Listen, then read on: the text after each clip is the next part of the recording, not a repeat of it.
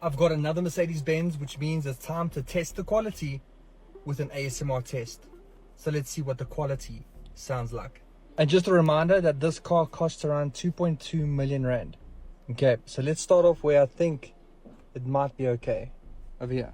So if I try to push this, it doesn't move or make a sound. I'm a little worried about that. So look at this panel gap here. Just moving in and out. Sure. And I know that these are bad. All right, let's listen. Oh no. These sound pretty good. It almost felt like it'll break off. That's pretty satisfying. One of the big culprits is over here. It might look good. Sounds like a headboard. But damn, she's creaky. And then up over here to the sunroof controls and the lights. I know this is historically bad too. Oh my God. So you don't even want to touch it too much. Where else? What's this like? It's not too bad. That's going to be the same as the other side. And then the door. That's surprisingly good. Okay, so main bad areas. Top of the dash. This weird thing there. And this over here. Do you think that this passes? And I guess even the sunroof control is another one as well. You can just see how things are just going bad. Mercedes used to be the pinnacle of quality and obviously performance, but the performance now is being outshined by Porsche and Audi.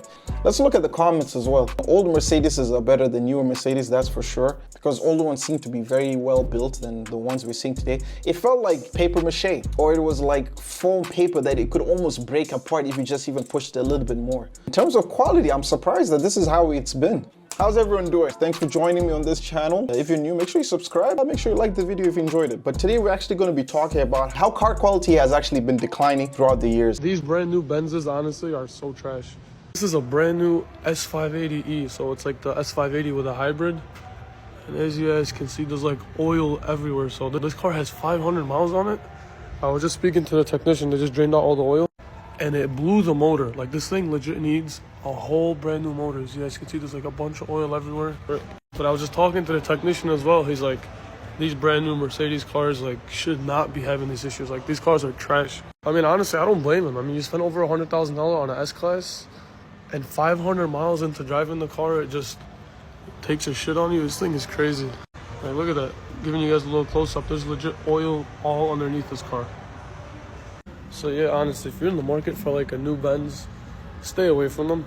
Too much technology and all this hybrid stuff is because, man, like 500 miles, like he didn't even have his first service. He didn't even break the car in 500 miles and this thing's already cooked. And unfortunately, this is what we're experiencing with how the newer build models are coming out. Now, granted, there has been some information that has proven that because of the pandemic and shortages on supply, it has caused a lot of suppliers to substitute other materials or perhaps not just outright not provide those features in a car. I was reading about this article that came out early in the year, how vehicle dependability slumps as rates of deterioration increases, by JD Power findings. Here he says that vehicle owners are experiencing lower levels of vehicle dependability after 3 years of ownership. According to the JD Power 2024 US vehicle dependability study, there's a high number of problem owners encountered indicates a decline in long-term vehicle dependability, with the increased levels of problems reported for nearly 2/3 of brands included in the study. The industry average has increased 4 problems per 100 vehicles up to 190.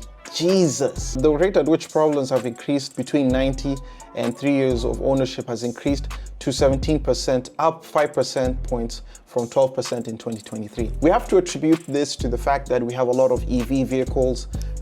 We have a lot of new features that are added also into vehicles as well that seem to not really function as well as they expected it to. So basically, he said that the deterioration of vehicle dependability is unusual. This can likely be attributed to the tumultuous time during which these vehicles were built. Here are the following key findings that they found in 2024. Infotainment system woes continue to plague owners. As vehicles roll out the assembly line with increasingly more technology, it is not unexpected that most problematic vehicle category is infotainment. Are all these touchscreens just getting too much to handle? Well, you're not alone. Car owners really don't like the tech in their cars. and it's getting worse and worse over time. That's why so many people prefer using Apple CarPlay and Android Auto. It's familiar, it's easy, and for the most part, it works.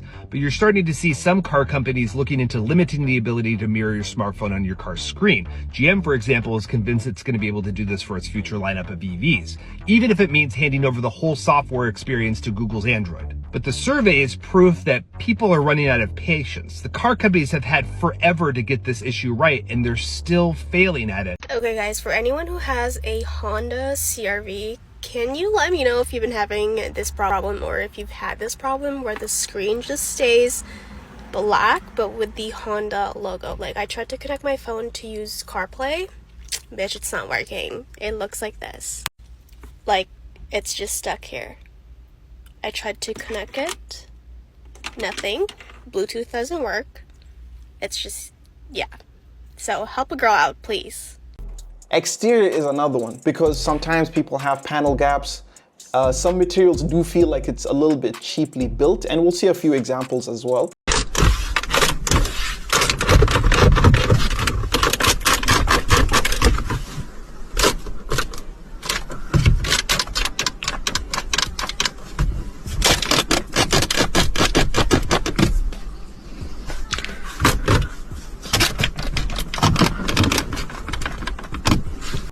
'21 Toyota quality. Look at this. Oh my God, yo, you pulled it just out with one hand. Sad.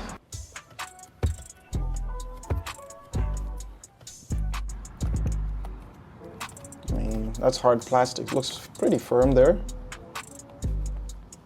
Oh no. Oh, yeah, that's crazy. You see,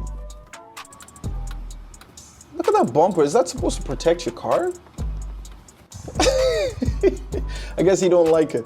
But as you can see, these are the 2021 Toyota Tacoma. So obviously these are the ones that were made with the cheaper build materials so that they can able to get the cars out during the pandemic. And it's sad to see that Toyota was one of those that had to make those shortcuts. But I can understand, you have a high demand and you need to satisfy them. It's understandable why they took these shortcuts. You know, if I were you, it's better to take precaution when you're trying to buy these models of vehicles and test them out, because you never know what you're going to be getting. And it doesn't apply to all vehicles, but you might end up getting that bad batch that really doesn't stand the test of time. He ain't lying. Annoyance with driver assistance alerts grows over time. The number of problems related to driver assistance systems alert has increased between the 90-day ownership period and the 3-year ownership period. Many would think that after 3 years, owners would become used to the alert over their vehicles. Did you know that Tesla raises your insurance rates through false forward collision warnings? Now, ever since we got this car, I've been getting so many fake, false positive forward collision warnings. Even though I'm like 10 to 15 feet away from the car in front, I have complete control over my car, it still plays this loud blaring alarm over the speakers, and it's just so annoying. And not only that, but every time that happens, Tesla has this thing called a safety score, which it uses to control your insurance rates, and that safety score goes down as well due to these false warnings. So unlike other cars, Tesla has switched to a completely vision-based system, which means it uses only the cameras to detect the distance from the car in front of you to the car to your car. And this allows for many inaccuracies, because just using a camera to detect distance just can't be as good as using LiDAR. Therefore, the car is just more prone to just thinking that the distance is something different from what it actually is, and it just plays so many of these false collision warnings. Yeah, they also mention a lot of multi-driver assistant features such as the lane departure, lane warning, assistance forward collision, automatic emergency braking. We tested 12 active driving assistance systems and found that some weren't as impressive as others. Out of the 12 we tested, the highway driving assist found in Kia, Hyundai, and Genesis models had the worst performance. The lane centering assistance had a tendency to ping-pong the car back and forth between lanes, never truly staying smoothly in the center, and occasionally had issues keeping the vehicle between lane lines through curves. Also concerning is that highway driving assist will turn off completely if the driver fails to respond to alerts, leaving a distracted or medically impaired driver continuing forward with no help from the vehicle's systems.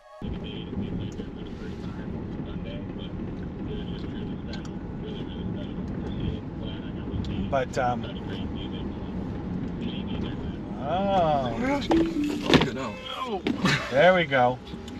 That was you braking? I braked. Yeah. It didn't crash. I wasn't going to wait and find out because I saw the two cars going at each other, so I wasn't going to test that one.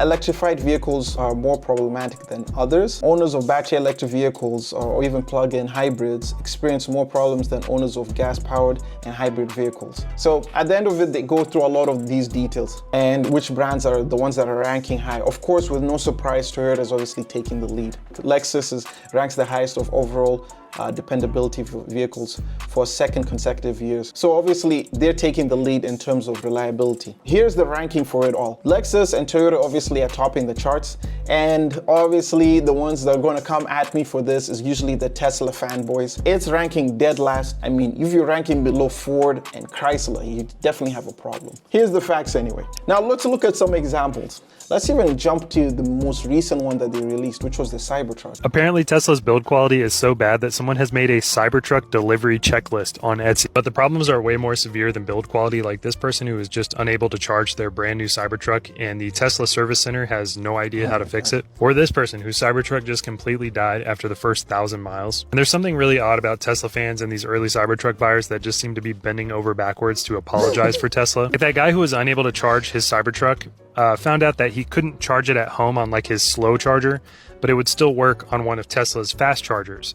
Keep in mind, Tesla had no idea how to fix this problem, but the guy was like, hey, Tesla, maybe give me some charging credits for your fast chargers because of this problem. Tesla was like, nope, sorry, no complimentary charging. We have no idea how to fix your truck, but take a hike. And after all of that, the guy is still kind of giving Tesla a pass. Like, overall, I'm just a bit upset. Paid $110,000 and already had my expectations low on build quality. But I wasn't expecting a critical system like HV to fail, and also not expecting service to reject my request for some supercharging credit. I was hoping they could act like they care a little bit more. And on the Cybertruck forums, this is harsh for them. This is about as hard as they will ever go on Tesla. If you post any real criticism of the Cybertruck or Elon on that forum, you're immediately done. Why are you guys bending over backwards for Elon, man? I understand that you guys love him, and probably some of you guys praise every ground he walks on, but if you're not getting what you're paying for, why are you saying fine to this? If it was any other thing, you guys would be more than willing to complain. I would never understand. Brand loyalty, I just don't know. I can't be that person. I'm sorry. Okay, what is happening here? A bunch of y'all have been tagging me in this video of a Cybertruck with broken rims where the broken part looks like concrete.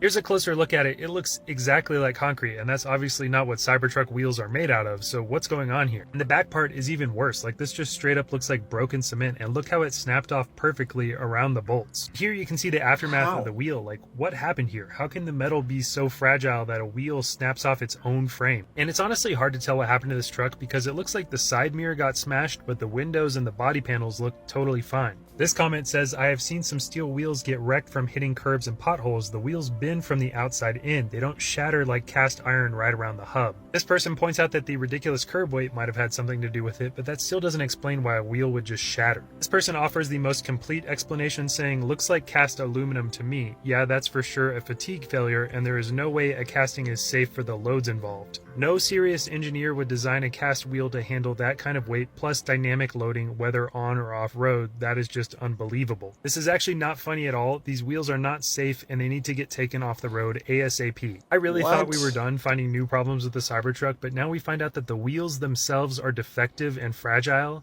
Like, it's so ridiculous at this point. The Cybertruck looks cool. You know, like, I like the way it looks, but how do you explain that? But that's what you get with the Cybertruck. I'm surprised that this is the situation. Anyway, at the end of the day, this is just my perspective. Let me know what your thoughts are down below, and let's have a discussion. If you did like the video, make sure you like. If you're new, subscribe to the channel, and I'll see you guys in the next video. Peace.